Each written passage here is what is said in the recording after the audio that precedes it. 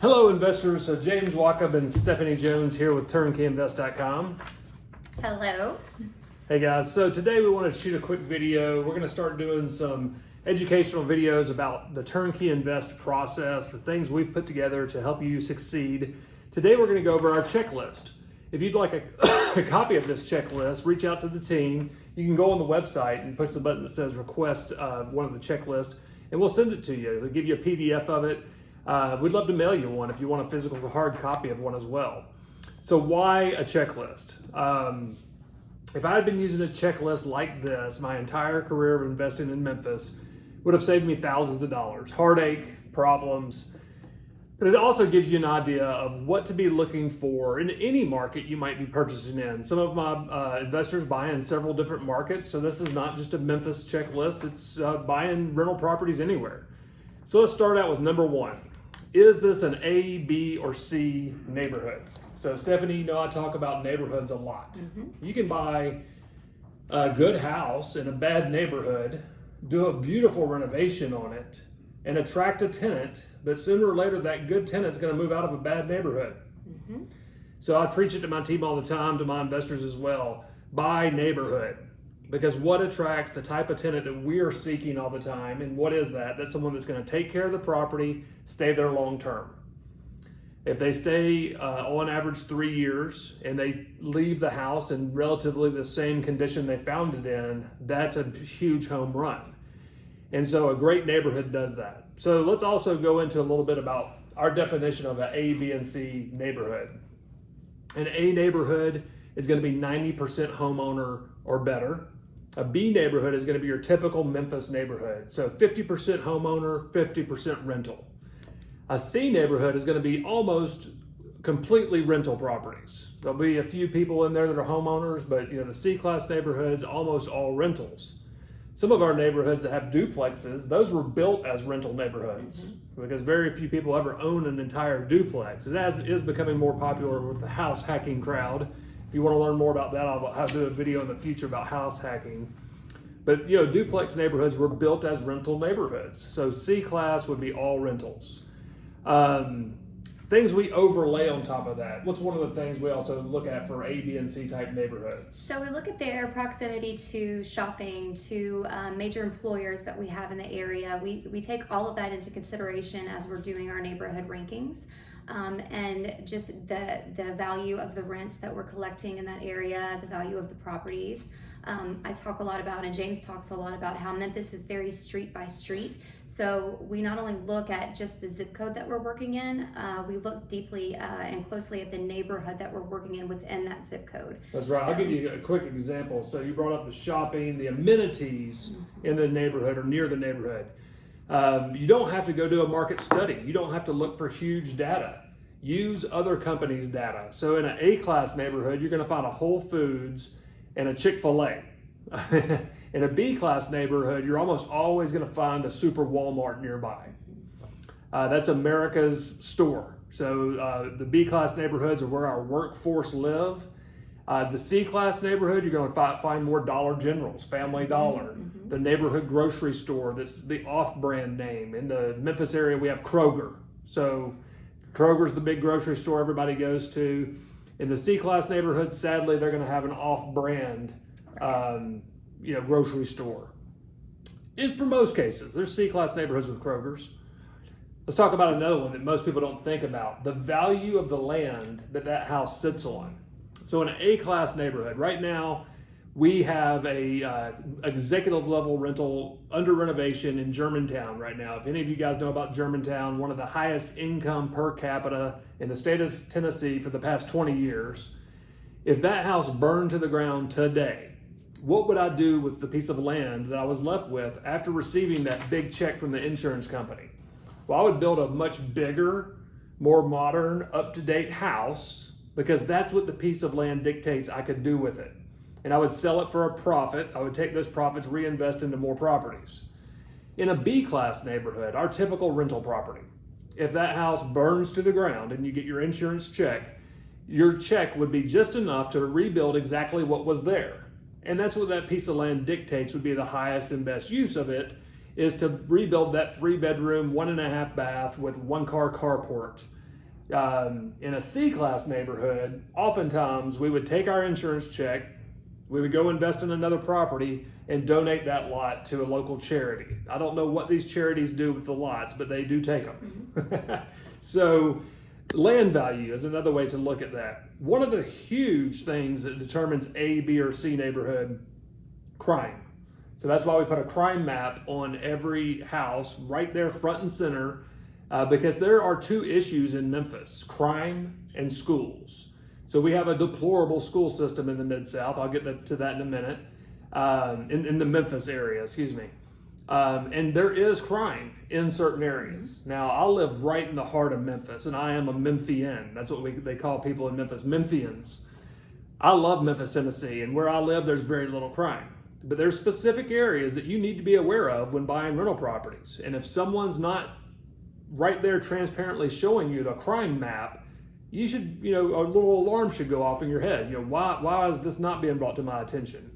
Research it on your own, and that'll be in our checklist as well. But that's one of the big determining factors of A, B, or C neighborhood: crime. Absolutely. All right, so that covers number one. I promise these will go quicker.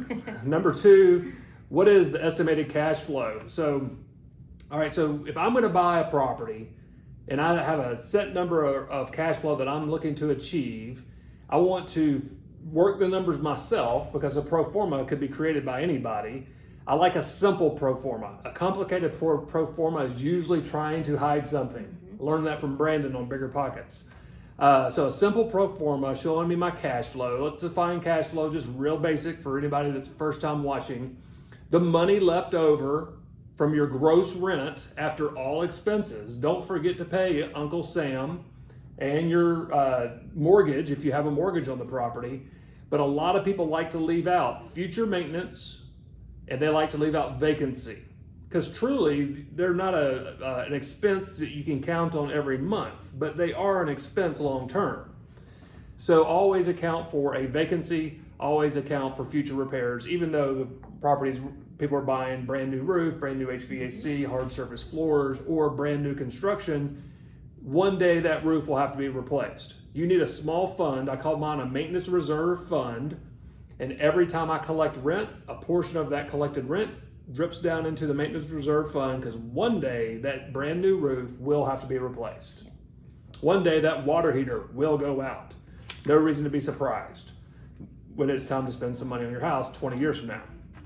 What expenses are accounted for in the pro forma? So I put this on the checklist because a lot of people leave out those vacancy, future repairs. My definition for future repairs. So the way I calculate it, future repairs is if the house is older than 1985, 8%. Newer than 1985, 5%. Why? Older homes just take a little bit more to keep up. A house built in the 40s is going to be running into more expenses than a house built in the 90s. It's simple math. Now, a brand new or newer house, we're going to account for 3% of the collected rent for future repairs. New houses just require less maintenance in the next 10, 15 years. Property taxes.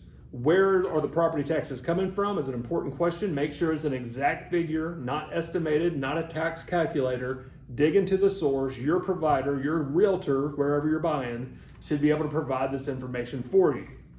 Your principal and interest payment to the bank, and your property management fees. So we charge 8% of all collected rent, meaning if your house were vacant for a month, we're not getting paid. We'll want to bring alignment in the property management world with me and my investors. Number one thing missing with property management companies across the country, Stephanie, is alignment. Mm-hmm. So when the owner of this property, who's all the way in California, is hurting, that property manager is profiting. I'm just going to break and tell a quick story. So I have a friend that I'm helping shift some properties to our management, and the bids that they had to get this house rent ready almost double what my costs are to do it. So they were just blown away, just amazed that we were able to save them nearly $7,000. And this is one house to make it rent ready. It wasn't bought turnkey. It's an old house built in the 20s. It's got a lot of different things than what we normally deal with, but a difference of $7,000 to make a property rent ready, that can be years of cash flow. All righty. Number 4 on the list is the property vacant or occupied. If it's vacant, you're gonna have a list of questions. If it's occupied, you're gonna have a list of questions. So if it's vacant, ask your property manager, how many leads do you currently have on the property? So if a property's vacant, hopefully they're advertising it for rent already. And I would want to know, are there 0 leads? Or is this one blowing up? Right. Got 25 people that want to move in as soon as it's ready. What is your typical vacancy rate? You want to know the person you're dealing with, out of the number of properties you manage, how many are vacant? How many of the finished houses that are ready to be moved into are sitting there? Mm-hmm. A lot of that goes back to Stephanie and what her team do so well is the marketing. Tell a little bit about why you started creating the videos, not just for our investors like this one, but on the rental side. Yeah, absolutely. So there's a huge demand for rental property here in Memphis, as most of you probably already know. That's why it is such a cash flowing city. But what we're doing now is we've created a database of people who have reached out to us in the past, asked us questions about available rentals. Maybe they've rented from us before and they're looking for something different, but we really like to be able to bring the property to them. If you can take someone with, everyone's busy with their work schedule, family schedule, it's hard to find time to go look at houses. And if we can bring it to them in a way that's virtual, which is easy to do now in 2020, why not do that? And we've seen a huge response from that. Our occupancy rate has continued to increase. Our applications continue to increase, and it's been very effective. The number I'm so excited about is the number of homes we're selling that are leased, tenant in place, or at least we have the security deposit and lease signed, they're moving in a day or 2 later. Mm-hmm. So I watch that hugely every week when we do our pipeline meeting. Where are we on finding a tenant for this house? Because my investor in California or Israel or Japan is about to close on it. I want it tenanted day 1. Number 1, I want to affect your bottom line in a positive way. But a vacant house is nothing but a problem.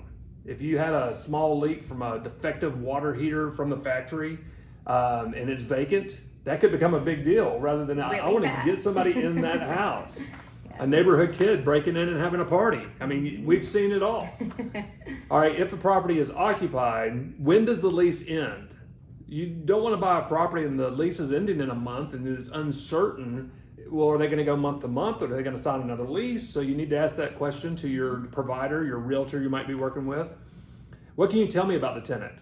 Now, your property manager might be limited. There are limitations of what they can tell you about the specific tenant, but ask the question. It's open-ended question. See how much they'll talk. Right. And I think if I can just add to that for 1 second, I think another way to ask that question, if your property manager is hesitant to tell you a lot about that tenant, ask how they're qualifying their tenants. So one thing that we do, we look very closely, not only just at income level and everything that a typical property management company would look for in a tenant. We look at tenants that we would want in a home that we own ourselves. So it's very personal for us here at Foundation Property Management.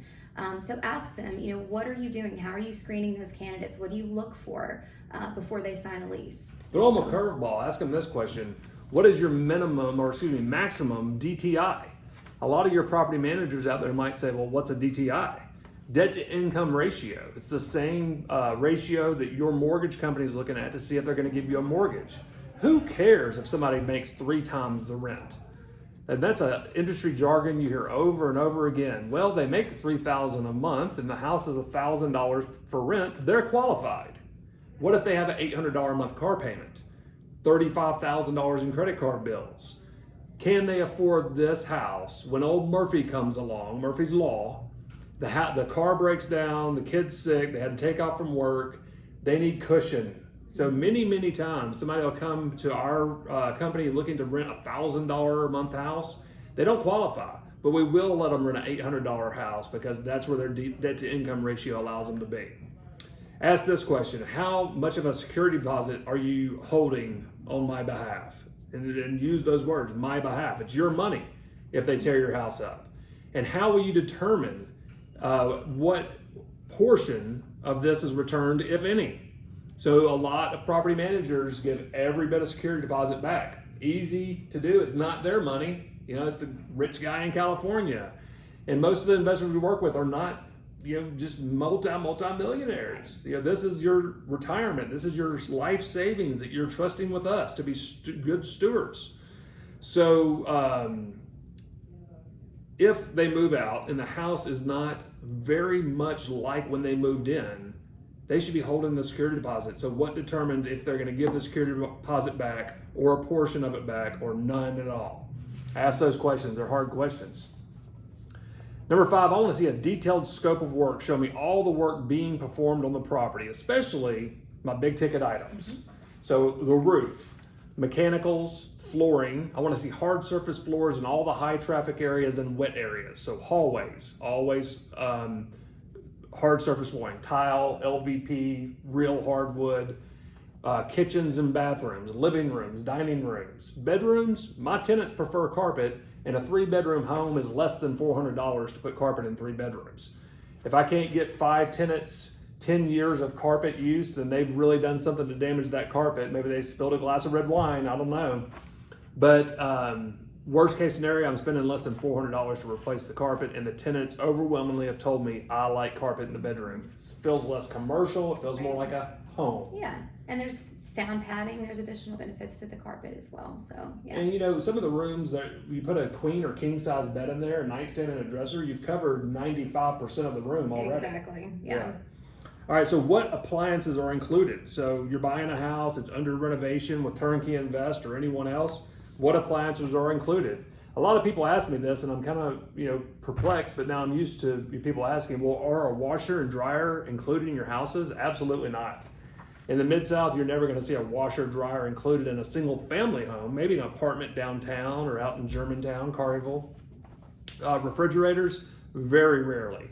Some of the new construction homes I've done are my Class A executive level rentals. I will put a stainless steel refrigerator in there because we get a lot of people that are maybe getting moved to Memphis to work at St. Jude, or they're in residency at St. Jude or a local hospital working with FedEx, and they need to move somewhere quickly for the next 2 to 3 years, so they figure out where they want to live in Memphis, and they want a place they can move right into. You can add blinds into there. Does this house come in with blinds, and are there any window coverings? Last thing a renter wants to do is move in and then spend $1,000 putting mini blinds up. Exactly. Yeah. Right. Are there washer and dryer hookups? So especially in older homes, the house I live in was built in 1942, so we definitely have a washer and dryer, but there was not a washer dryer in that house when it was built. So not all homes have the ability to install a washer dryer. That would leave your renter going to the local coin-op laundry. Right. What is the crime in the area? We've already covered that. Trulia, great tool there. It's about the only thing I use Trulia for, but they have a great crime map. Weather conditions. So in Memphis, we're blessed. We're above the hurricane belt. We're far enough from New Orleans, far enough from Florida, that we do not experience any bad weather due to hurricanes. When Katrina hit New Orleans, it was devastating for New Orleans and a lot of Louisiana, even Mississippi. By the time it got to Memphis, we had a few days of heavy rain. So we have very good, favorable conditions here. We're below the Rust Belt. So what is the Rust Belt? You think of Detroit, Michigan, all the places that year over year there's snow and ice. Very rare we get snow here. A couple of years ago, it snowed about this much. And we had a snowman this big in my yard. Yeah, so did we. My wife, Yeah. we're getting out there, we're building a snowman with our kids because it's rare. So to build a little snowman here is like a big treat. A lot of people ask me about tornadoes. My parents are in their late 70s, early 80s. They've lived in Memphis their whole life, and there has not been a tornado in the city limits their entire life. So this old story goes, we live with our western border as the Mississippi River. Memphis sits on a bluff, so higher than the state of Arkansas, which makes us nearly flood-proof. We'll talk about that. As the weather moves from west to east across America, it hits that river, it hits the bluff, and just dissipates. Right. So Memphis. And I'm a weather nerd, so I watch this on the radar all the time. It really does. It just kind of breaks up and passes us, and we're really fortunate in that regard. So. Just down the street, an hour away in Mississippi, 2 hours northeast of us in Nashville, it's a different story. Nashville was hit this year with some pretty major tornadoes. Yeah. So we're blessed in Memphis to have perfect weather conditions for owning rental properties. I can't imagine having 100 plus rental properties in a city like, I'll pick on Indianapolis. they get snow every year, to my knowledge. I mean, I would think they're far enough north. 100 roofs with ice and snow sitting on them each year would scare me to death. Maybe I don't know enough about snow because I grew up down here. We don't have it. That's right. So there's that. Does your inspection test for mold? Mold test is optional with us, but if you would like to have a mold test, it's definitely possible. Have we inspected the sewer? So we inspect every sewer that we manage. So if you own 10 properties in Memphis and you want me to manage them, I'm going to require that you have a sewer inspection. Because I don't want to take a 3 o'clock in the morning phone call because somebody's got sewage backing up in their house. Right. Is it a huge deal? Do most of them no? Do most of them pass? Absolutely. But it's a good peace of mind. Right. When you're buying a property, $100,000 investment plus, Right. in most cases, your future, your retirement, a sewer scope is a mandatory for me. Small investment and a big payoff. Just had an investor say, well, I'm not buying a house from you. Okay, I totally understand. Yeah. I'm setting my clients up for success. Third-party home inspection.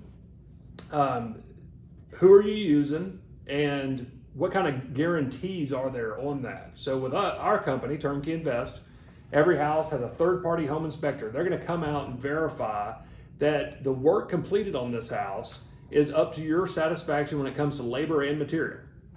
Were the materials used for this renovation up to snuff, and was the labor, the installation of them, done properly? And what kind of condition is this property in that I'm buying? If they find anything on that inspection, then we're going to repair it.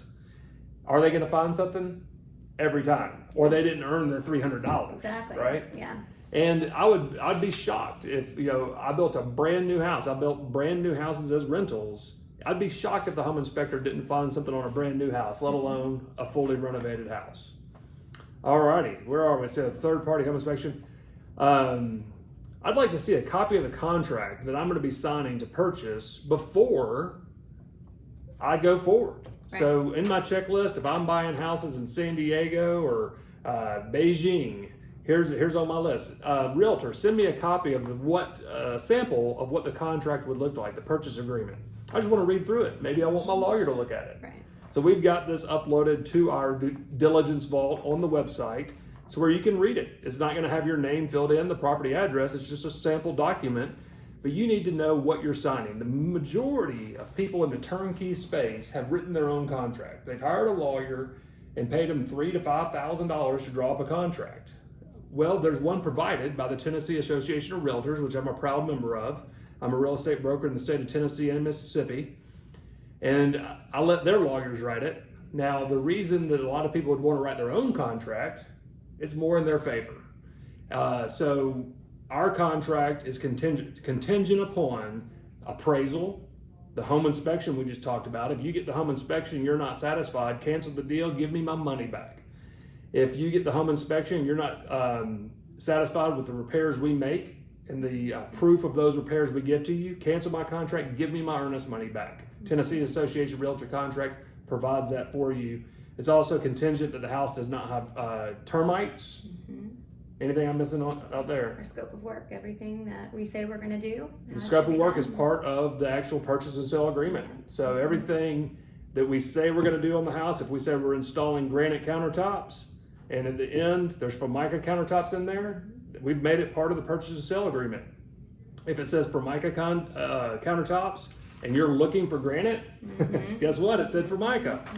So there's a reason behind that. So what kind of contract are you asking me to sign here? A copy of the property management agreement. I want to see that before I even get engaged with the company. Give me your paperwork. Yeah. What is the paperwork, the agreement between the property manager and me, the owner, look like? You should want a copy of that. So that's in the diligence vault as well.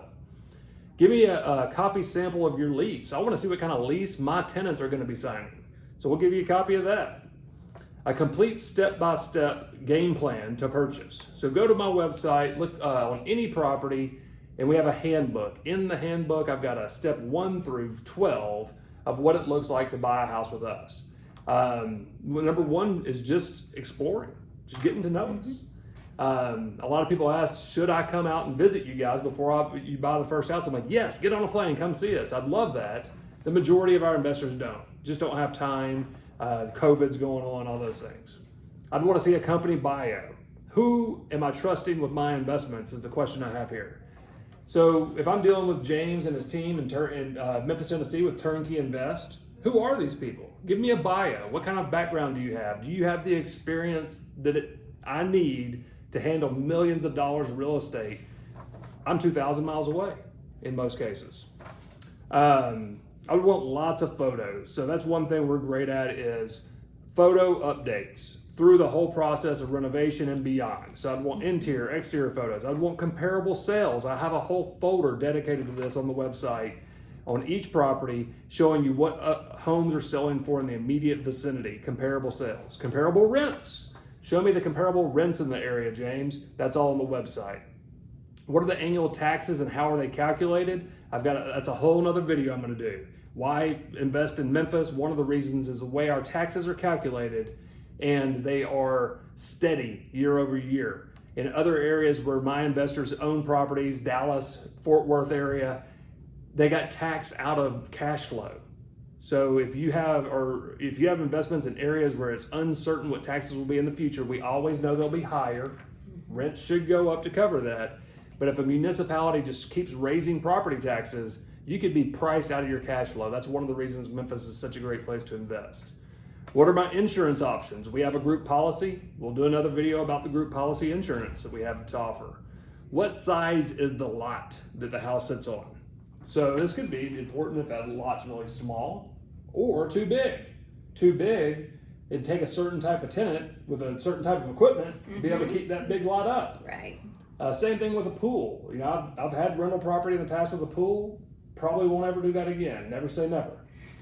But what size is the piece of land that the house sits on? Tell me about the foundation. Is it a basement? Is it a monolithic slab, a crawl space, or is it a split level? I'm going to do a whole video just on number 23. Different types of foundations found in the Memphis area, the pros and cons, and we just had a nice talk, a Zoom call with one of our clients about this specific question. It's on the checklist for a reason. Is this property located in a Fema flood zone? This is the reason the list exists. A few years ago, buying and selling properties, buying properties to hold as rentals, bought 2 properties in 1 year that were in flood zones. If I'd have been using this checklist, I would not have bought flood zone houses.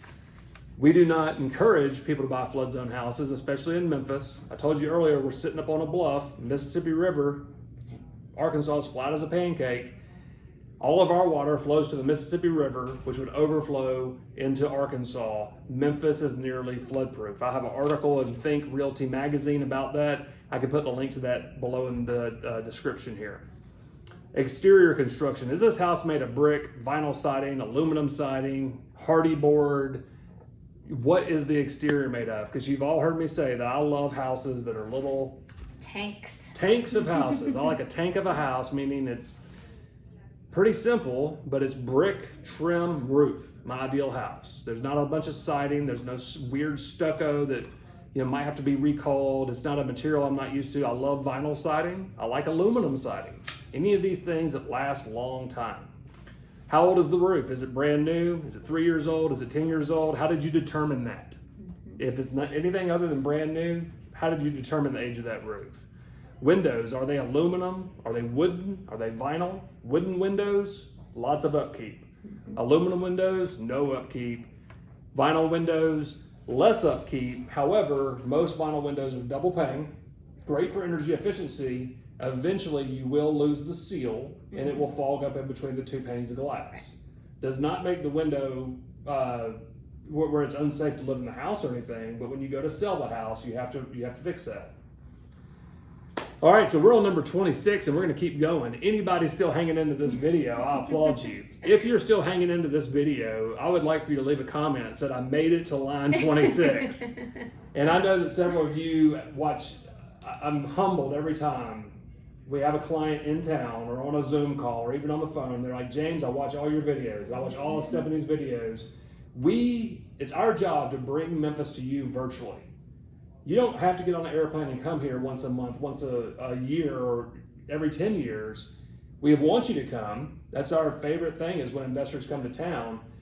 But we should be able to bring all this to you virtually, not just in videos like this, but after the point of sale, when we're managing the property for you, daily, my guys, my gals, myself in the field are FaceTiming our clients at properties. So that's one of our jobs. Stephanie, anything you want to say about that? No, I think you made a great point. It's our job and our focus, especially for my team, to continue that relationship with you. Not only after we've initially done a purchase sales agreement with you, we want to keep you updated proactively, so you don't have to wonder, okay, I haven't heard from them. Where am I in the process? What's next? Do they need anything from me? Are they making progress on my renovation? We like to just stay ahead of that, and through communication, whether it's email, text message, whatever you prefer, we're going to work with you to, as James said, virtually bring you everything that's happening throughout the process until we close and beyond, really. So. Yeah, I'll make a pledge to you now. With Turnkey Invest, we will never have a phone system where it says push 1 for sales, push 2 for this. And we do have that for our tenants on Foundation Property Management. The calls are overwhelming in a good way.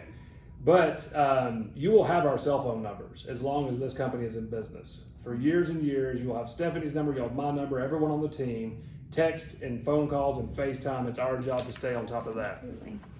What shopping is in the area, that kind of ties back into the ABC type neighborhood. What parks, outdoor features do the residents have? Are there sidewalks? Is there a neighborhood park? Is there a school nearby? What type of residents will be attracted to this home? Ties right back into that ABC type neighborhood. It's a good question to ask a realtor if you're working with them. A lot of people buy houses just with realtors across the nation as rentals. Definitely a different way of buying than turnkey, but ask them that question. Well, what type of tenant would this attract? It's a good question you could ask. Who provides the utilities?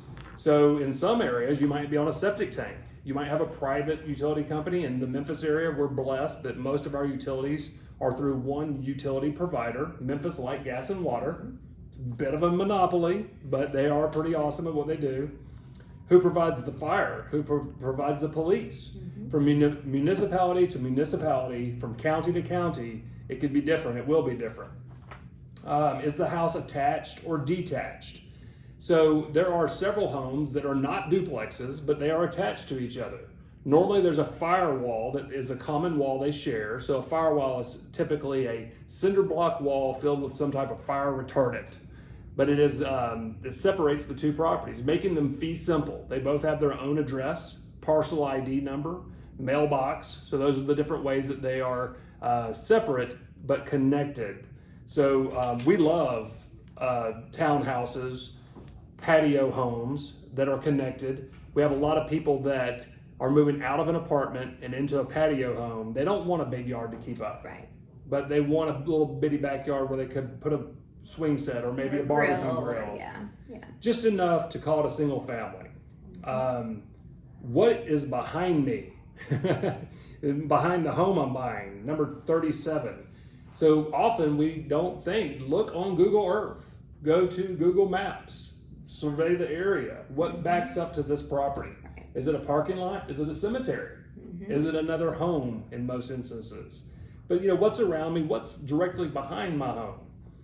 What lender should I use? So we work with 4 preferred lenders, and the reason we have preferred lenders is they make our process go like clockwork. They make your process go like clockwork. They do what they say they're going to do. They're experts in our industry. And in several ways, that benefits our investors. Here's the biggest one. We do not have a preferred lender who will not count a portion of your gross rent towards your debt to income ratio. Well, we've circled all the way back to that. Right. But your debt to income ratio could limit the number of homes you buy. You get to that 5th, 6th, 7th house. Now, if the lender you're using, you don't have a lender that's used to working with investors and turnkey investing specifically, that might limit you from being able to grow that portfolio to your desired number using your 10 golden tickets, your Fannie Mae, Freddie Mac loans. So you need a lender who, number one, they better own rental property themselves. They better own property with us. And they know the business. This is their specialty.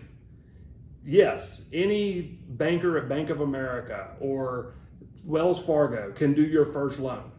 But your third, fourth, fifth is where it starts to get tricky, and you better have somebody on your side that knows how to set you up for success. And I'd like to add to that just for a minute, if I may, because we do work so closely with our lenders. It's so critical that we can pick up the phone and call and get the same people that we know. Some of the larger lenders that are out there, it's not that they don't do a great job, but as we're working, to keep your transaction flowing smoothly, get you to the closing table on time, we need to be able to communicate. And so to have an open line of communication, to know the people that you're working with closely and to be able to go to them, I can pick up the phone at any time and I can text our lenders and say, hey, what's the status of this transaction? Or, are we stuck? Do we need something here? And to be able to get a quick response just keeps the process flowing. Yeah, but you get Graham Parham and Aaron Chapman on the phone, then call Greg Iverson over there, and Joe McBreen picks up first ring. Those guys, top of their game, they're going to be very competitive with rates and fees,